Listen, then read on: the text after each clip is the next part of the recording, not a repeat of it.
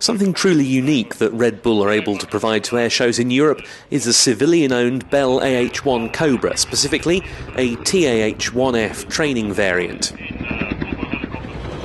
Plains TV's cameras were on board for its Sanicole display.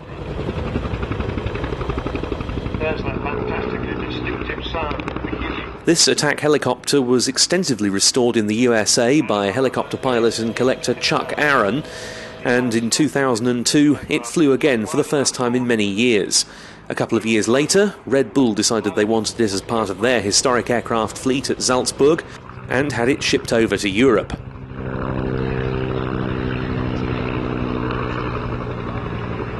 Flying it in the display at Sanicole, as ever, is Ziggy Schwartz.